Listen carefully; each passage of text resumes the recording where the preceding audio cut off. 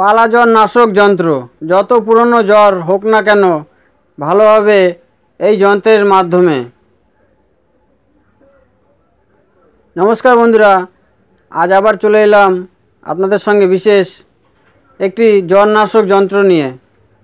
বহু পুরনো জ্বর যাদের আছে, বহু ডাক্তার দেখিয়েছেন, কোনোভাবেই জ্বর কমছে না, তাদের জন্য আজকের এই ভিডিও। বন্ধুরা, এই যন্ত্রটি পরীক্ষিত।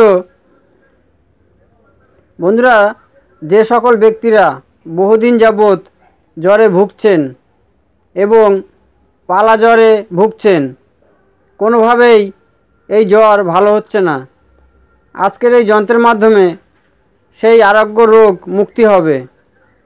বন্ধুরা, তাই ভিডিওটি স্কিপ না করে পুরো দেখার অনুরোধ রইল। বন্ধুরা, ভিডিওটি ভালো লাগলে লাইক, কমেন্ট, শেয়ার করতে ভুলবেন না। আর ভিডিওটি অবশ্যই আপনার বন্ধুবান্ধবের কাছে শেয়ার করবেন। আর এই ধরনের ভিডিও পেতে চাইলে আমাদের পেজটি ফলো, সাবস্ক্রাইব করে আমাদের সঙ্গে থাকুন, কেননা আমি আপনাদের জন্য নিত্য নতুন এই ধরনের ভিডিও নিয়ে আসি। অবশ্যই চ্যানেলটি সাবস্ক্রাইব ও ফলো করে আমাদের সঙ্গে থাকবেন। তো চলুন বন্ধুরা, আগে যন্ত্রটি দেখে নিন, তারপর কিভাবে প্রয়োগ করবেন সেই বিষয়ে আমি আপনাদেরকে বলবো। এই যন্ত্র খুবই সহজ এবং সরল যন্ত্র।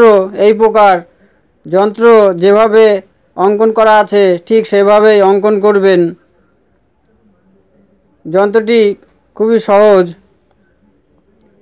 বন্ধুরা, এই যন্ত্রটি হলুদের রস দিয়ে পান পাতার উপর বাবলা গাছের কাঁটা দিয়ে যন্ত্রটি তৈরি করে মাঝখানে সাধ্য ব্যক্তির নাম, অর্থাৎ যার জন্য যন্ত্রটি করা হচ্ছে তার নাম লিখতে হবে। বন্ধুরা, নির্মিত পান পাতার যন্ত্র বিধিপূর্বকভাবে পুজো করে এই পান পাতার যন্ত্র রোগীকে খাইয়ে দিতে হবে। রোগীকে এই যন্ত্র খাইয়ে দিলে বহু পুরনো পালাজ্বর রোগ দূর হবে। বন্ধুরা, ভিডিওটি ভালো লাগলে আপনার মতামত কমেন্ট বক্সে জানাতে ভুলবেন না। সকলে ভালো থাকবেন, সুস্থ থাকবেন। ধন্যবাদ।